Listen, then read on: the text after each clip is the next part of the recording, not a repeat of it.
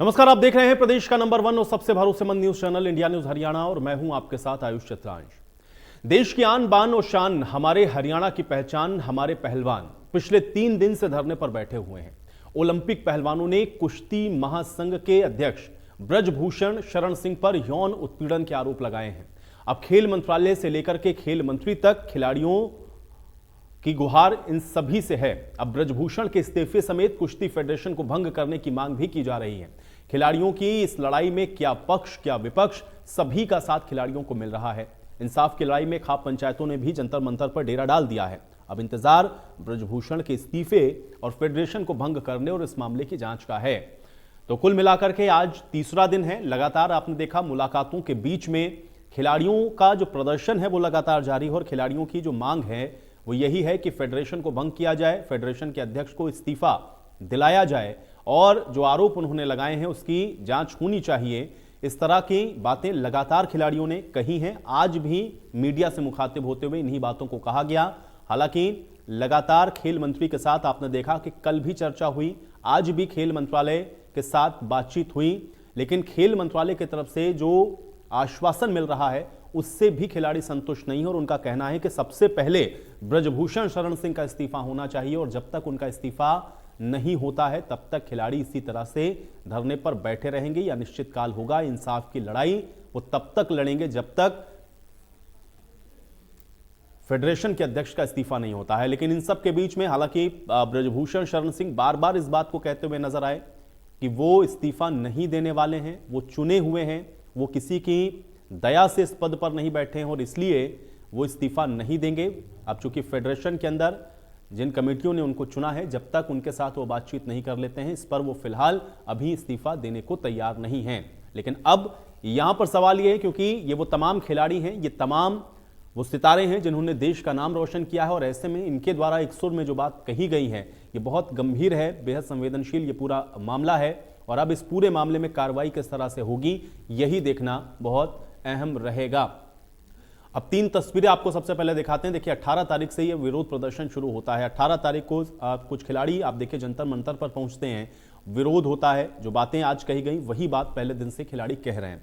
19 तारीख को ये कारवां और बढ़ता है, इसमें कुछ और खिलाड़ी जुड़ते हैं, कुछ कोचेस भी इसमें साथ में आते हैं और फिर 20 जनवरी यानी कि आज आपने देखा है कि किस तरीके से खापों समेत अलग अलग वर्गों के लोगों ने भी अपना समर्थन इन खिलाड़ियों को दिया है। तो धीरे धीरे पूरे देश के अंदर एक समर्थन इन खिलाड़ियों के साथ खड़ा हो रहा है। लेकिन जो आरोप लगाए गए हैं उन सब के बीच में खिलाड़ियों को न्याय कैसे मिलेगा, यह सवाल इस समय देश के सामने सबसे बड़ा है। अपनी मांगे, जो हमारी मांग है वो सरकार को बोल दी है और उन्होंने आश्वासन दिया कि जल्द ही उनको पूरी करेंगे। अगर हमारी मांगे पूरी हो जाएंगी तो हम आराम से उठ के यहाँ से चले जाएंगे। और आप लोगों को बता दूं, ना तो इसमें कोई राजनीति है, ना हम किसी राजनीति आदमी को यहाँ पे बुलाना चाहते, ना कोई भी आएगा। हाथ जोड़ के रिक्वेस्ट है वो हमारे ऊपर स्टेज पे ना आए, क्योंकि ये लड़ाई हम खिलाड़ियों की है और लड़ाई गवर्नमेंट से या सेंट्रल गवर्नमेंट से, राज्य गवर्नमेंट से किसी से नहीं है। हमारी लड़ाई सिर्फ फेडरेशन से है। जो अन्याय खिलाड़ियों के ऊपर हो रहा है वो हम सहन नहीं करेंगे। हमारे खिलाड़ियों ने जो आवाज उठाई है हम उसको ऐसे ही उठाते रहेंगे। अगर कुछ गलत होगा तो जी, हमने ओलंपिक संघ में रिटर्न में शिकायत दी है, क्योंकि वो पीटी उषा जी हैं, प्रेसिडेंट है, वो खुद खिलाड़ी है और जो आरोप लगे हैं वो महिला के लगे हैं और उसमें प्रेसिडेंट महिला है। हमें उम्मीद है वहां से हमें न्याय मिलेगा।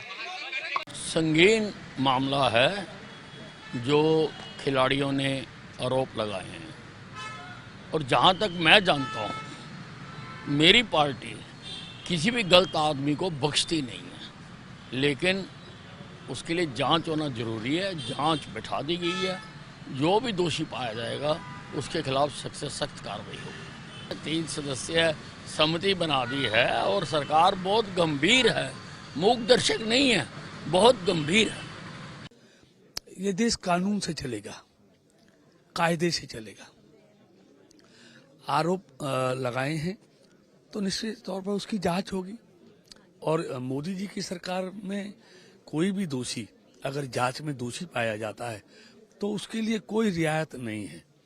तो मोदी जी पर विश्वास रखिए, उनकी सरकार पर विश्वास रखिए कि इसकी निष्पक्ष जांच होगी और निष्पक्ष जांच में जिस तरह के गंभीर आरोप हमारी बेटियों ने, जो हमारा गौरव हैं, देश का गौरव हैं, जिन्होंने देश के मस्तिष्क को पूरी दुनिया में ऊंचा किया है, ऐसी बेटियों ने कोई आरोप लगाया तो वो विश्वास रखें कि उनके आरोपों पर निष्पक्ष जांच होगी। अगर दोषी कोई भी होगा तो निश्चित तौर पर उसको सजा मिलेगी। केंद्र सरकार, केंद्रीय खेल मंत्री जी ने वहां जांच बैठाई हुई है, 72 घंटे में रिपोर्ट देने के लिए कहा है। खुद अनुराग ठाकुर जी और जो है खिलाड़ियों से कल शाम को ही मिले हैं। यहाँ भी चंडीगढ़ पुलिस जांच कर रही है और न्याय होना चाहिए, सत्य सबके सामने आना चाहिए। हरियाणा खिलाड़ियों की धरा है और हरियाणा के लोग और हरियाणा की पार्टी, भारतीय जनता पार्टी, कल मुख्यमंत्री जी ने भी कहा, तो सब खिलाड़ियों की भावनाओं के साथ है। हमारी ये मांग है, नंबर 1, ब्रिज किशोर पर और उन सब लोग जिन पर इल्जामात हमारी बेटियों ने लगाए हैं, ये देश का नाम ऊंचा करने वाली लड़कियां हैं, ये गलत बात नहीं कहेंगी और जांच हो जाएगी। इन सब के खिलाफ बलात्कार का मुकदमा दर्ज होना चाहिए। दूसरा, कुश्ती संघ को बर्खास्त किया जाना चाहिए। तीसरा, इसकी जांच सरकार की एजेंसी नहीं कर सकती, ना पुलिस, ना सीबीआई, ना कोई और एजेंसी। हम सब जानते हैं वो बीजेपी के नीचे हैं, उनसे कोई न्याय की उम्मीद थोड़ी है। सुप्रीम कोर्ट के सिटिंग जज या पंजाब, हरियाणा या दिल्ली हाई कोर्ट के मुख्य न्यायाधीश, उनकी अध्यक्षता में जांच हो और सारी एसआईटी उनके नीचे हो, वो खुद जांच करें ताकि दूध का दूध, पानी का पानी सामने आ जाए। अगर किसी ने गलत नहीं किया तो भारतीय जनता पार्टी क्यों कतरा रही है उनके अपने चहेते सांसद ब्रिज किशोर और सारे कुश्ती संघ के उन पदाधिकारियों के खिलाफ एक न्यायिक जांच करवाने के, जिसके तहत दूध का दूध, पानी का पानी सामने आ जाएगा। ये देश की सबसे शर्मसार करने वाली घटना है। अगर इस पर न्याय नहीं हुआ तो ये साबित हो जाएगा कि कोई अपने बेटे या बेटी को फिर खिलाड़ी बनने के लिए प्रोत्साहित नहीं करेगा। ये जो ऐसे घृणित अपराधों के आरोपी, जिन्होंने महिलाओं का, हमारी बहन बेटियों के शोषण की बात भी हो, ऐसे आरोपी आज अपनी सफाई को के लिए ना सिर्फ उन बेटियों को निशाने पे ले रहे, लेकिन उनके साथ कोई अगर खड़े होकर कोई उनके जो है उनकी कोई आवाज़ उठाने का काम करता है तो वो उनको कह रहे हैं कि इनके पीछे ये क्या इस बात की जात तो कोई तो ये मैं समझता हूँ कि ये तो अगर वो पाक साफ हैं तो उनको सबसे पहले दिन इस्तीफा देके और देना चाहिए था रेसलिंग फेडरेशन भंग और जांच कराओ। तो चलिए, पक्ष विपक्ष, खिलाड़ी, सभी की बातों को आपने सुन लिया है। अब सबके जहन में सिर्फ सवाल यही है कि जब सब लोग एक सुर में इस बात को कह रहे हैं कि इस पूरे मामले की जांच होनी चाहिए, इस पर कार्रवाई होनी चाहिए, तो अब सवाल महत्वपूर्ण यह है कि आखिर ये जो समय है वो क्यों लग रहा है और न्याय कैसे मिलेगा।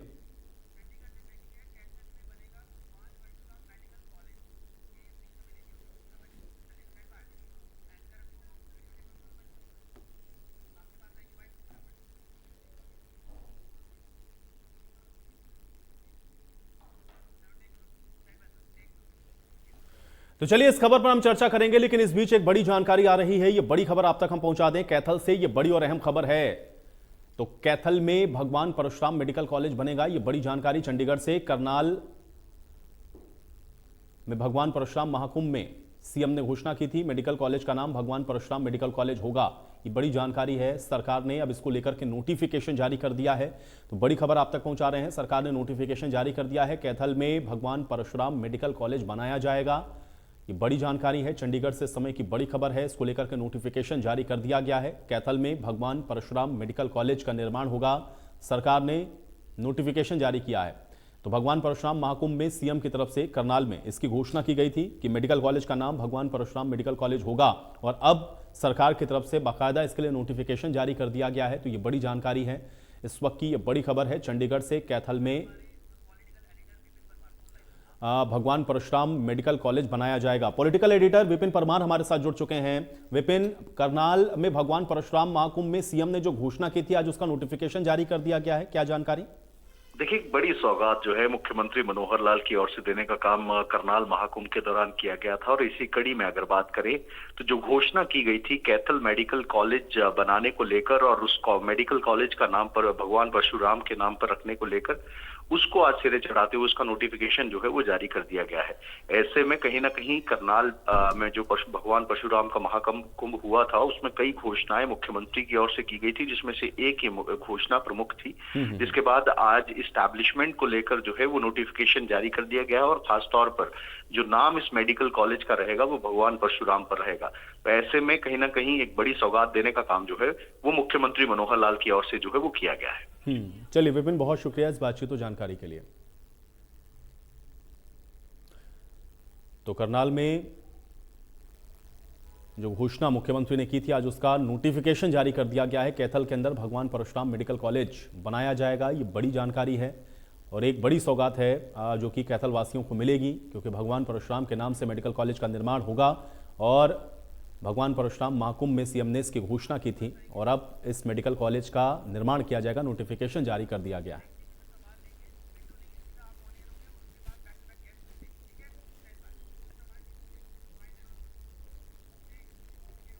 और चलिए आज की बड़ी बहस का रुख करेंगे। आपको बता दें कि खिलाड़ी लगातार विरोध प्रदर्शन कर रहे हैं। सभी की बातों को हमने आपको इसके पहले सुनवाया कि किस तरीके से खिलाड़ियों ने अपनी बातों को रखा है। इसके अलावा जो पक्ष और विपक्ष है वो इसको लेकर के क्या कह रहा है, लेकिन कुछ अहम सवाल हैं इन सभी बातों के बीच में। आज पहले इस पर नजर डालते हैं, उसके बाद आज की चर्चा को आगे बढ़ाएंगे। सवाल आज की बहस का पहला यही है कि देश के खिलाड़ियों के साथ आखिर ये खिलवाड़ क्यों किया जा रहा है। दूसरा सवाल यह है कि खिलाड़ियों से खेलने वालों को यह सजा कब होगी और आखिर आरोपियों पर जो एक्शन है वो कब लिया जाएगा, क्योंकि खिलाड़ी लगातार इस पूरे मामले को लेकर के विरोध प्रदर्शन कर रहे हैं, लेकिन उनको किस तरीके से न्याय मिलेगा ये सवाल इस समय सबके जहन में है। अब कुछ मेहमान मेरे साथ जुड़ गए हैं, पहले उनका परिचय आपके साथ करवा देते हैं। वीरेंद्र आर्य जी हमारे साथ जुड़ रहे हैं, बजरंग पुनिया के गुरु हैं आप। वीरेंद्र आर्य जी, बहुत स्वागत आपका। आरबी उपाध्याय जी हमारे साथ जुड़े हुए हैं, वरिष्ठ पत्रकार हैं। आरबी उपाध्याय जी, आपका भी स्वागत। बजरंग दास गर्ग जी हमारे साथ जुड़े हुए हैं, प्रवक्ता हैं कांग्रेस पार्टी के। बजरंग दास गर्ग जी, आपका भी स्वागत। रजत पंजेटा जी हमारे साथ जुड़े हुए हैं, प्रवक्ता हैं इंडियन नेशनल लोकदल के। रजत पंजेटा जी, आपका भी स्वागत। और दीप कमल सारंग जी हमारे साथ जुड़े हुए हैं, प्रवक्ता हैं जननायक जनता पार्टी के। दीप कमल सारंग जी, आपका भी स्वागत है। और जगदीश सिंह हमारे साथ जुड़े हुए हैं, मुक्केबाजी कोच हैं आप। जगदीश सिंह जी, आपका भी स्वागत है। चर्चा की शुरुआत वीरेंद्र आर्य जी मैं आपसे ही करना चाहूंगा, क्योंकि हम लोग लगातार देख रहे हैं और 3 दिन से खिलाड़ी लगातार एक बात को बार बार कह रहे हैं कि भाई उनके साथ गलत हुआ है, उनको न्याय मिलना चाहिए। जब तक न्याय नहीं मिलेगा वो इसी तरह से विरोध करते रहेंगे। लेकिन इन सब के बीच में जो कुछ हो रहा है, या जिस तरह से खेल मंत्री के साथ मुलाकात या फेडरेशन को 72 घंटे का समय दिया जाना, कैसे देख रहे हैं आप इसको? आपका पहला रिएक्शन मैं चाह रहा हूं। किससे प्रश्न किया? वीरेंद्र आर्य जी, आपसे सवाल है मेरा।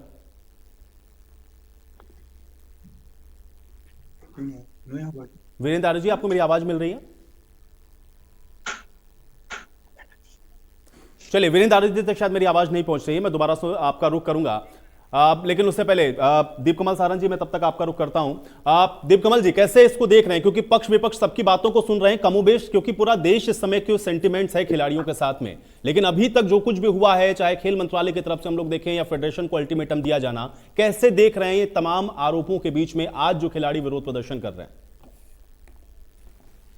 देखिए आयुष, जब से ये मामला चर्चा में आया है, दिल्ली के जंतर मंतर पर हमारे होनहार खिलाड़ियों को बैठना पड़ा है, तब से ही मुझे लग रहा है कि राजनीतिक तौर पर भी और देश में आम नागरिक के तौर पर भी हर कोई ये चाहता है कि 2 चीज़ें, एक तो जो भी सच है वो सामने आना चाहिए, फेयर जांच होनी चाहिए, और जो भी हमारे खिलाड़ियों के साथ, खासतौर से महिला खिलाड़ियों के साथ अगर किसी भी तरीके की नाइंसाफ़ी या उनके शोषण या और भी तरीके की बातों के लिए जिम्मेदार है, तो उसको उजागर भी किया जाना चाहिए और उसके खिलाफ सख्त से सख्त कार्रवाई भी होनी चाहिए।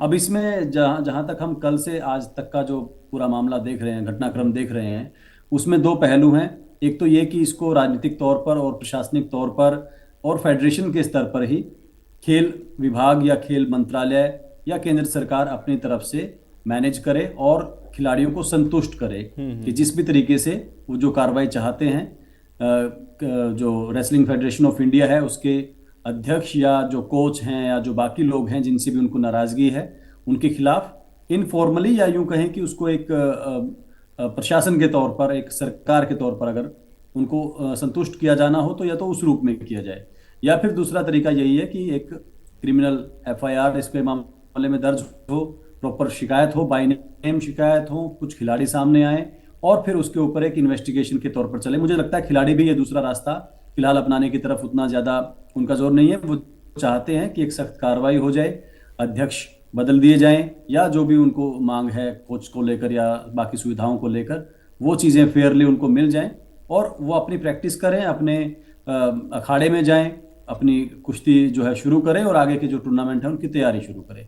मैं मानता हूं कि राजनीतिक तौर पर चाहे हमारी पार्टी हो, चाहे हमारे नेता हों, डिप्टी सीएम दुष्यंत चौटाला जी, प्रधान महासचिव दिग्विजय चौटाला जी, बाकी नेताओं ने, सभी ने, और यहाँ तक कि भारतीय जनता पार्टी जिसके सांसद हैं सवालों के घेरे में, उन्होंने भी, सभी ने ये कहा है कि खिलाड़ियों के साथ, और जो भी हरियाणा से जुड़े नेता हैं उन्होंने तो खास तौर पर, कि हमारे मान सम्मान है, हमारे बेटे बेटियां हैं, उन्होंने देश के लिए गौरव हासिल किया है और उनसे हमें आगे भी बहुत उम्मीदें हैं और उनका एहसान है देश के ऊपर, उसमें कोई कमी नहीं रहनी चाहिए। सभी लोग यही चाहते हैं। मैं ये मानता हूं कि अब 72 घंटे की जो बात हुई थी उसमें कुछ समय बीत भी चुका है। अब शाम को भी सुनने में आया था कि खेल मंत्री अनुराग ठाकुर जी ने मुलाकात की है। जी जी। कुछ चीजों पर सहमति बनी होगी, कुछ पर कल बन जाएगी। परसों का दिन भी महत्वपूर्ण बता रहे हैं कि 22 तारीख को भी कोई इस बारे में पटाक्षेप हो सकता है। मैं मानता हूं कि 1-2 दिन में सारी चीजें स्पष्ट हो जाएंगी और उचित न्याय मिलेगा, पूरा न्याय, जैसे हमारे खिलाड़ी चाहते हैं, जो बहनें चाहती हैं, जो भाई चाहते हैं, कुश्ती के जो पहलवान हैं हमारे। मुझे उम्मीद है कि अगले 1-2 दिन में सभी लोग ये महसूस करेंगे कि उन्होंने जो आवाज उठाई उसका असर हुआ, उसके ऊपर कार्रवाई हुई और आने वाले समय में वैसी परेशानी जो हमारे छोटे बच्चे हैं, छोटे भाई बहन हैं, उनको ना झेलनी पड़े, इस बारे में भी कोई ना कोई रास्ता बने, कोई गाइडलाइंस इस तरीके की निकल कर आए। गर्ग साहब, आपको लग रहा है कि सही तरीके से या सही दिशा में प्रयास हो रहे हैं? क्योंकि 2 बार हम लोग देख चुके हैं खेल मंत्री के साथ मुलाकात है, अभी तक खिलाड़ियों की तरफ से, क्योंकि अगर कोई ऐसी सहमति बन गई होती तो शायद खिलाड़ी कुछ इस बात को कहते। अभी भी विरोध प्रदर्शन पर हैं और कल हम लोगों ने फिर देखना है कि वो विरोध उसी तरीके से रहेगा। हालांकि कल तो प्रैक्टिस भी करेंगे बजरंग पुनिया, जो बात उन्होंने कही आज मीडिया से आकर के। कैसे देख रहे हैं इस पूरे घटनाक्रम को आप? आपके चैनल के माध्यम से बड़े दुख से कहना पड़ रहा है, 3 दिन से हमारे देश के राष्ट्रीय खिलाड़ी जिन्होंने भारत देश का नाम पूरे विश्व में चमकाने का काम किया, आज वो 3 दिन से दिल्ली में धरने पर बैठे हैं। और जहां तक कि इनका स्पष्ट कहना है कि जो ब्रिजभूषण जो है उसने अनेकों गलतियां की है। जहां हमारी बहन, उसने स्पष्ट आरोप लगाया इन्होंने महिला शोषण उसके साथ तो किया ही किया, उन्हें साथ ये भी कहा मेरे अकेले की लड़ाई नहीं महिला की, अनेकों महिलाओं की लड़ाई है, अनेकों मेरी बहनों की लड़ाई है जो हम लड़ रहे हैं। मेरी सरकार से अपील है, सबसे पहले प्रधानमंत्री जी को और केंद्रीय खेल मंत्री को इसका इस्तीफा लेना चाहिए और ब्रिजभूषण के खिलाफ FIR दर्ज होनी चाहिए और जांच करनी चाहिए। जबकि सरकार ने 3 दिन का समय मांगा था, 3 दिन का नोटिस दिया था, 3 दिन पूरे हो भी चुके हैं, मगर ये 3 दिन का मामला नहीं था। ये पूरा मामला आज कोई, ये पूरा देश, भारत देश का मामला नहीं, पूरा विश्व इसको देख रहा है। पूरे विश्व के अंदर भारत देश की बदनामी हो रही है। ये खाली महिलाओं की बदनामी नहीं, पूरे देश की बदनामी है, पूरे देश का अपमान है। देखिए महावीर फोगाट जी जो बहुत सीनियर कोच है और जहां तक कि भारतीय जनता पार्टी से जुड़े हुए हैं, उन्होंने भी स्पष्ट कहा ये बहुत गंदा आदमी है। मैं 15 साल से जानता हूं, मेरी बेटियों ने अपनी मां को बताया, मगर मैंने जब कोशिश की आवाज उठाने की तो मेरी बेटियों ने मेरी आवाज दबा दी। पापा ऐसा ना करो, हमारा भविष्य खराब हो जाएगा, ये हमें खेलने नहीं देगा, ये हमें बाहर कर देगा। आप देखिए इतनी मोटी गलती करने के बाद भी ब्रिजभूषण पछतावे के अलावा भाईचारा खराब करने में लगा हुआ है। क्या बोलता है, एक जाति बिरादरी के लोग शोर कर रहे हैं और ये जो खिलाड़ी शोर कर रहे हैं वो फैल हो चुके हैं, ये वो खेलने लायक नहीं रहे। आप उनका बयान देखिए, ये पूरी देश की जनता को भड़काने वाला बयान है, खिलाड़ी नहीं। एक जाति पर जब इनाम लेके आते थे, गोल्ड मेडल जीत के आते थे विश्व के अंदर, जब राष्ट्रीय गान गाया जाता था और विश्व के अंदर भारतीय झंडा फहराया जाता था, तो पूरे देश के हर नागरिक 36 बरादरी की छाती चोरी हो जाती थी। हम टीवी के आगे नाचते थे, लड्डू बांटते थे, ढोल नगारे बजाते थे और हमारी बेटियों को साहब देखिए, ये तो सेंटिमेंट सबका है। मैंने पहले भी कहा चुके हमारे देश की आन बान शान है और खासतौर से हरियाणा के लिए तो गौरव के हैं ये सारे जो हमारे खिलाड़ी हैं। लेकिन उसके अलावा मैं ये केवल समझना चाह रहा हूं कि आपको दिक्कत या कमी कहां दिख रही, क्योंकि भाई जो ऑटोनोमस बॉडी है उसके लिए एक जो दायरा है कानूनी, उसी दायरे में सरकार काम करेगी। अल्टीमेटम भी दिया और अगर 72 घंटे में जवाब नहीं तो कार्रवाई भी करेगा। खेल मंत्री लगातार संपर्क में है, क्या संतुष्ट नहीं है आप अभी तक जो कार्रवाई? आयुष जी, मैं कहना चाहता हूं हर काम कानून के दायरे में हो रहे हैं। अगर यही आरोप किसी आम व्यक्ति के ऊपर लग जाते, उस टाइम कानून क्या कहता, उसी टाइम उसके खिलाफ FIR दर्ज करके उसको भीतर ठोक दिया जाता, उसके बाद जांच होती। इनके लिए कानून अलग है। वो इसलिए कि भारतीय जनता पार्टी का सांसद है, इसलिए उसका कानून अलग है। बेटा बाप तो प्रधान 2011 से, बेटा उप प्रधान, घर की दुकान बना ली इन्होंने। तो मैं पूछना चाहता हूं ये कौन सा कानून है? हरियाणा का मंत्री संदीप सिंह के ऊपर महिला कोच ने आरोप लगाए, उसके खिलाफ FIR दर्ज हो चुकी है, आज तक वो गिरफ्तार नहीं हुआ, आज तक उसका इस्तीफा नहीं हुआ। ये कौन सा कानून कहता है? चलिए ये बात आपने ठीक है, ये इसलिए आप असंतुष्ट हैं, ठीक है, उसका इस्तीफा नहीं होगा, वो गिरफ्तार नहीं आपका ये कहना है कि भाई अगर आरोप लगा था तो उनके खिलाफ कार्रवाई हो जानी चाहिए थी। पंजेटा जी बिल्कुल पक्का हो जानी चाहिए, पंजेटा जी ठीक है, हो जानी चाहिए, ठीक है। पंजेटा जी, क्या आपको लग रहा है आज भी आप उसी स्टैंड पर हैं कि फेडरेशन को भंग करने की मांग आज भी खिलाड़ी कर रहे थे और आज भी जब भी वो मीडिया के सामने आए उन्होंने इस बात को लगातार कंटिन्यूअस दोहराया कि फेडरेशन पूरा जब तक भंग नहीं करेंगे हमको ये न्याय की कोई उम्मीद है नहीं? कैसे देख रहे हैं पंजेटा जी आप?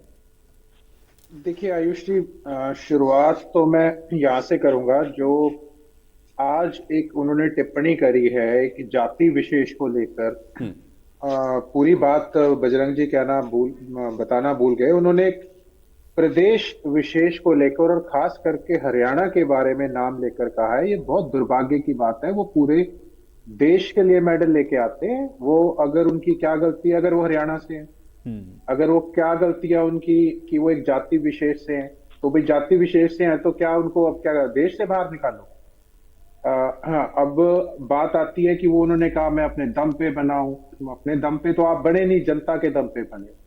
अगर आप कहते हो कि रेसलिंग फेडरेशन के अध्यक्ष अगर आप जनता के दम पे बने हो तो वो भी गलत है। जो हर एक प्रदेश की संघ है, जो हरियाणा का रेसलिंग संघ है, जैसे तमिलनाडु का, अलग अलग स्टेट्स का, वो इलेक्ट करते हैं, तो वो वहां पे भी आप अपने दम पे नहीं, वो भी अलग अलग एसोसिएशन है हर प्रदेश की, तो वो बनाती है। एक एरोगेंस जरूर देखने को मिली जब उनसे कहा गया वो मैं इस्तीफा, जब उन्होंने कहा कि मैं इस्तीफा नहीं दूंगा। ये बहुत दुर्भाग्यपूर्ण है, बहुत। और जहां तक बात आपने सवाल उठाया तो निश्चित तौर पे आपने ये भी कहा कि ऑटोनॉमस बॉडी है, लेकिन फंडिंग उसको गवर्नमेंट ही करती है। तो वो ऑटोनॉमस बॉडी पूरी तरह से कैसे हुई?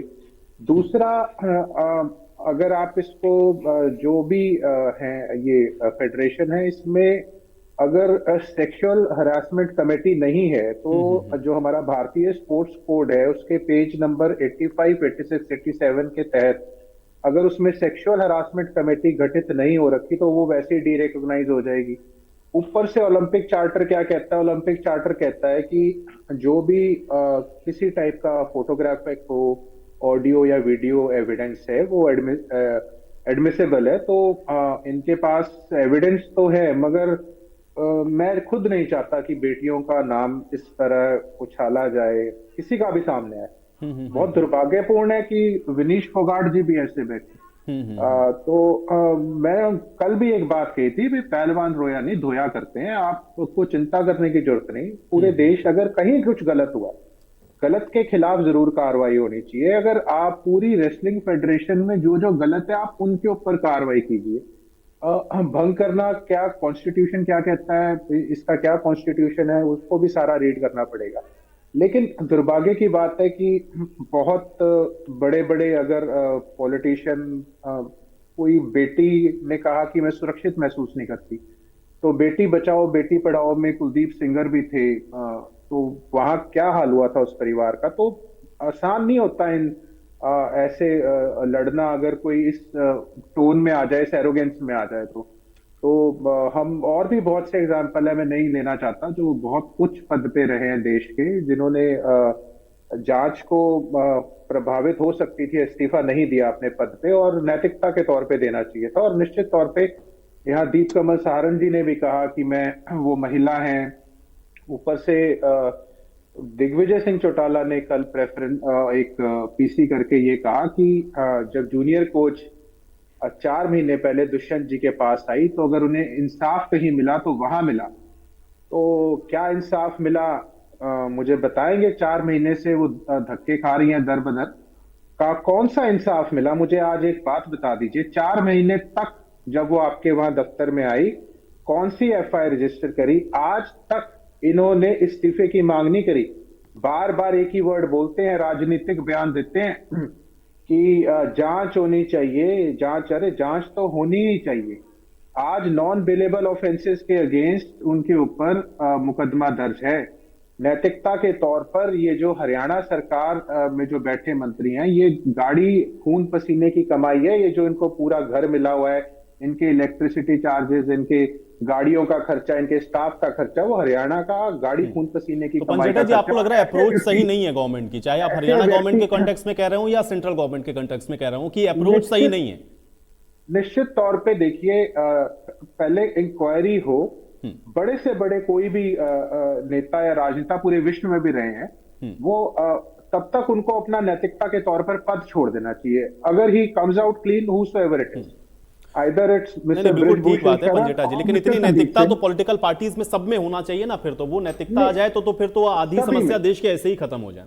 नहीं, बिल्कुल, क्यों नहीं? आज का यूथ बहुत जागरूक है। नहीं, बिल्कुल सही है, लेकिन नैतिकता राजनीति में आ जाए ना, बस ये इससे तो आधी समस्या ऐसे समाप्त हो। वो पब्लिक मनी के ऊपर ऑफिस क्योंकि होल्ड नहीं कर सकते। नैतिकता की बातें कही तो जाती है, लेकिन कितनी नैतिकता है वो आप बेहतर मुझसे जानते हैं। जगदीश जी, कैसे देख रहे हैं इस पूरे प्रकरण को, और खासतौर से जो खिलाड़ी हमारे लगातार जिस बात को कह रहे हैं, क्या आपको लग रहा है कि चीजें सही दिशा में, या अभी वाकई में सुना नहीं जा रहा खिलाड़ियों की बातों को?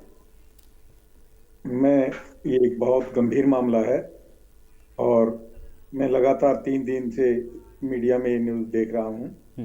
हमारी जो सरकार, सबसे पहला जब हमारे पहलवान बैठे तो हमारे माननीय मंत्री जी अनुराग सिंह ठाकुर जी को संज्ञान लेना चाहिए था। हमारे बहुत स्टार खिलाड़ी हैं जिन्होंने इस मुद्दे को उठाया है।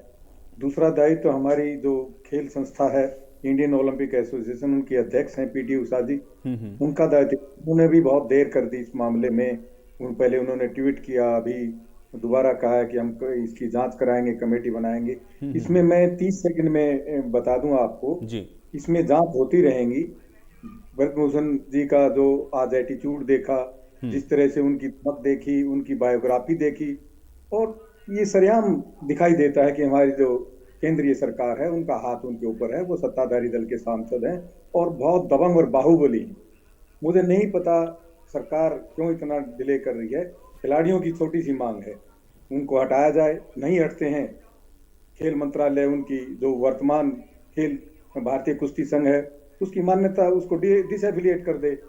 पीटी उषा जी हैं, वो इंडियन ओलंपिक एसोसिएशन से उसको डिसएफिलिएट कर दें और एक समिति बना के नया संघ बनने तक उसको कार्यवाही की जिम्मेवारी सौंप दें। कुछ में इसमें इतना नहीं है, लेकिन सरकार इस मामले को लंबा खींच रही है, दबाना चाहती है खिलाड़ियों को।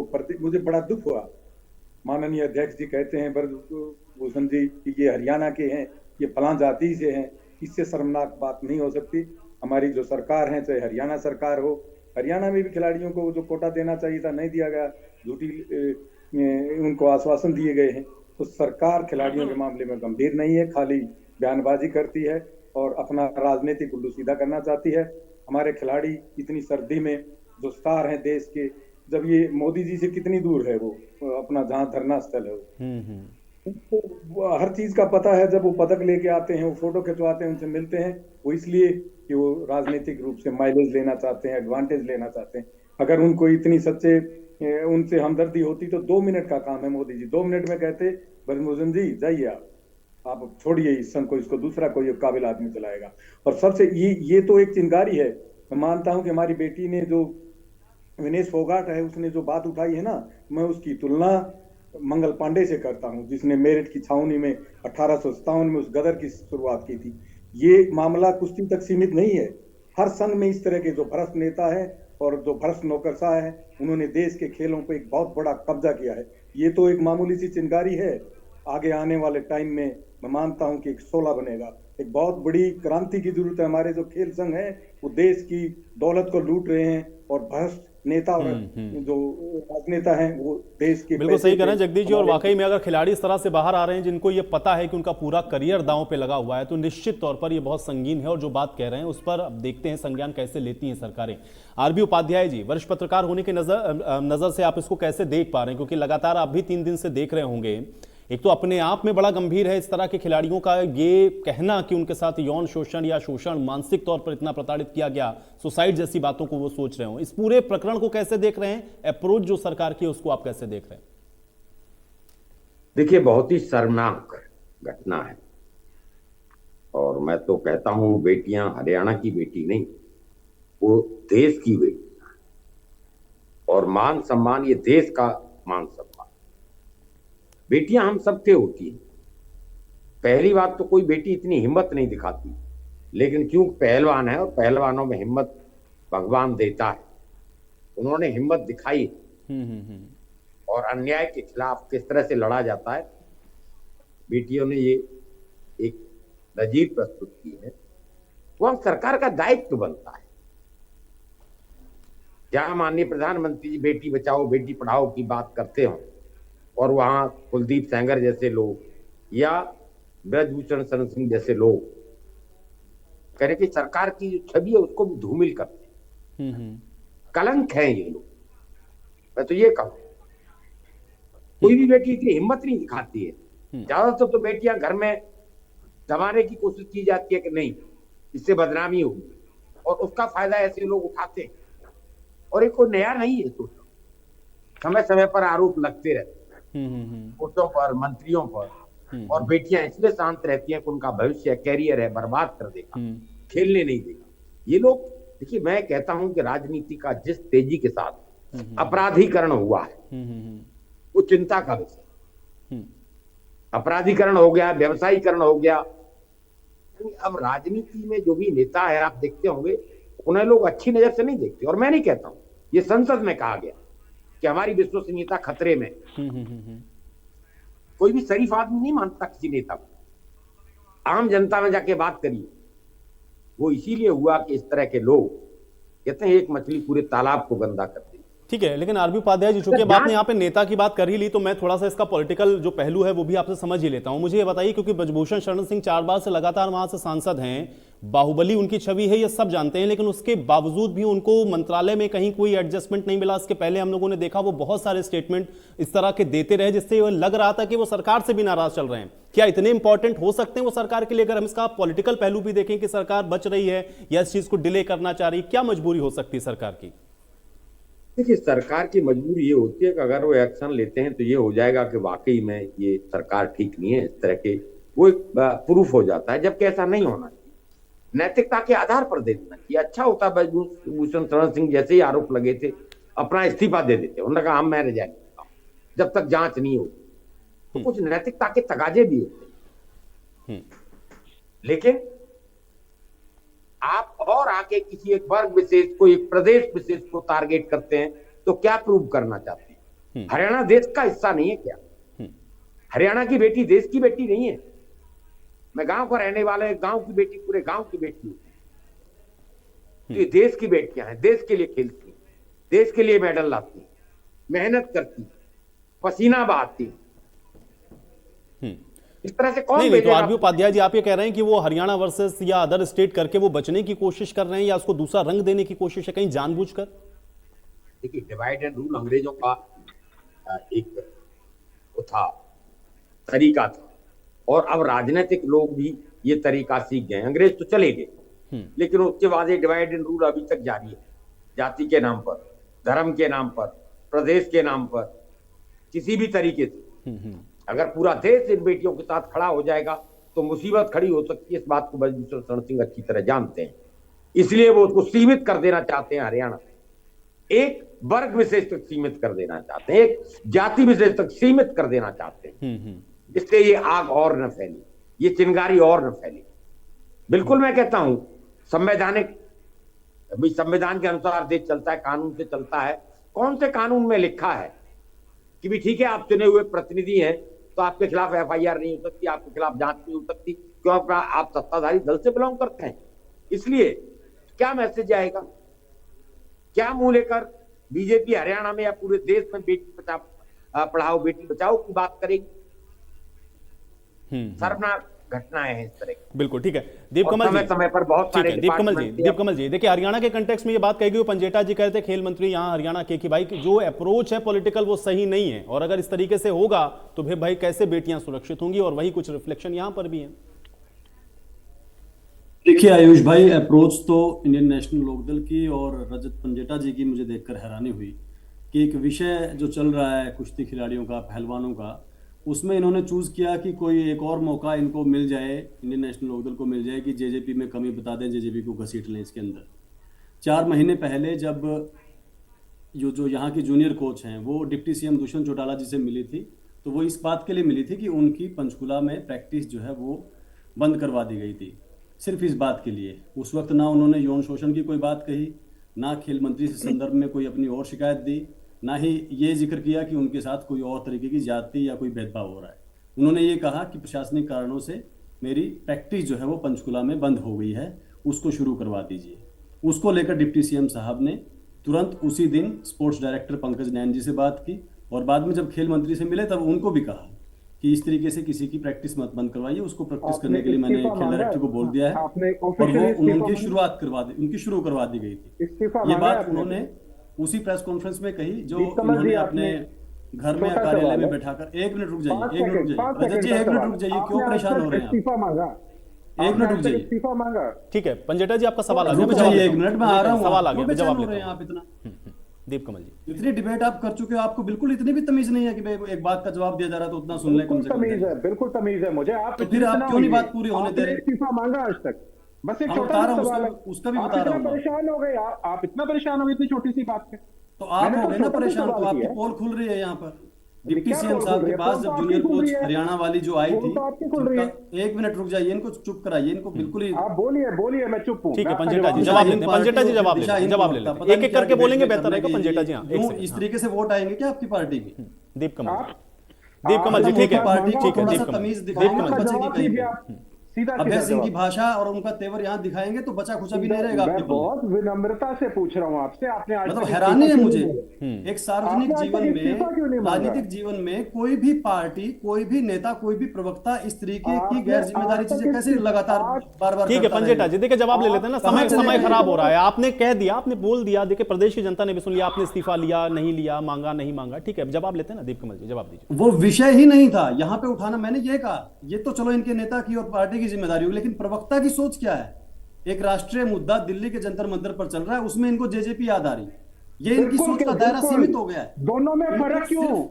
इनको सोते जागते ये दिखता है कि दुष्यंत चौटाला और जेजेपी के बारे में क्या किया जाए। बिल्कुल गलत, नेगेटिव अप्रोच हो गई है, उसका स्पष्टीकरण बता रहा हूँ मैं आपको।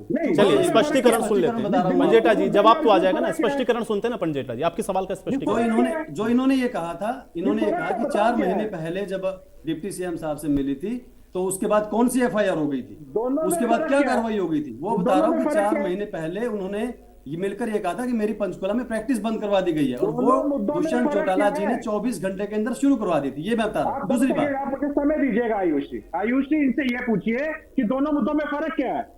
वो दिल्ली वाला मुद्दा ये कह रहे हैं कि इंपॉर्टेंट है, जो हरियाणा वाला मुद्दा है क्या तरीका है, क्या तरीका है? अब चलिए पंजेटा जी जवाब ठीक है जवाब।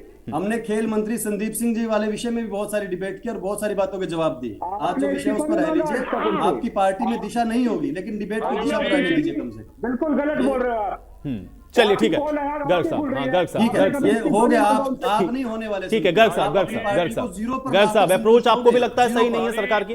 जीरो पर लाकर ठीक है गर्ग साहब, चलिए ठीक है, आज सीटों को थोड़ा सा रहने देते हैं आज के विषय पर। ठीक है, हो गया पंजेटा जी, पंजेटा जैसे लोगों का योगदान पंजेटा जी एक सेकंड पंजेटा जी एक सेकंड। गर्ग साहब, बजरंग दास गर्ग जी से भी देख लीजिए, पूछ लीजिए कि इन जैसे लोगों का भी योगदान होगा। लिखा जाएगा कि रजत पंजेटा जैसे लोग थे जो पार्टी को गर्त में लेके जा रहे हैं। पूछ लीजिए बजरंग दास गर्ग जी, पूछ लीजिए।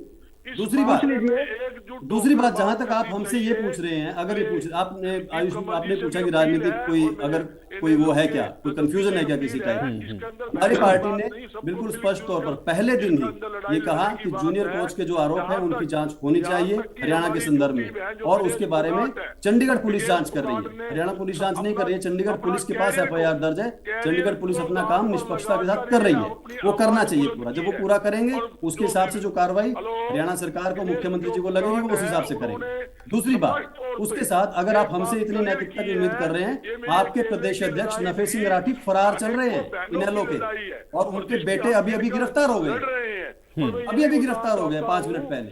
मेरे पास मैसेज आया है, नफे सिंह राठी आत्महत्या के मामले में, जमीन किसी की दबाने के मामले में गिरफ्तार। ये नैतिकता है राजनीतिक।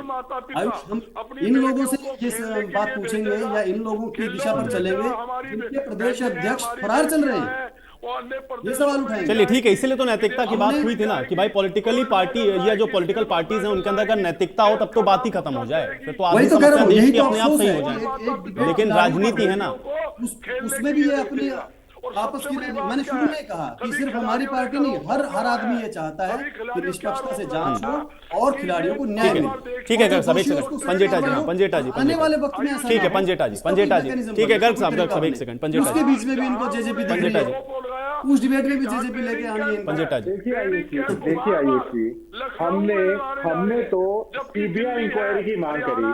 क्या इन्होंने आज तक संदीप सिंह वाले केस में सीबीआई इंक्वायरी की मांग करी? नफे सिंह और राठी फरार क्यों चल रहे हैं? पुलिस को क्यों नहीं आके बता रहे कि उनकी वजह से किसी ने सुसाइड क्यों किया है बहादुरगढ़ में? हम तो अपने सीबीआई इंक्वायरी की मांग कर रहे हैं। आपके प्रदेश अध्यक्ष फरार क्यों हैं? सामने आकर वो मांग रहे हैं सीबीआई इंक्वायरी, फरार क्यों कर रखा है? नैतिकता कहाँ चली गई? अब आप मुझे क्यों नहीं बोले? आपकी नैतिकता कहाँ चली गई? फरार प्रदेश अध्यक्ष की पार्टी को इसी तरीके से बातें करेगी और क्या होगा? आपने मुझे एक बात बताइए कि आपने आज तक इस्तीफे की मांग क्यों नहीं करी? नफे सिंह राठी फरार क्यों है, आप ये बता दीजिए। नॉन वेरेबल ऑफेंसेस है, अरेस्ट क्यों नहीं हुए आज तक?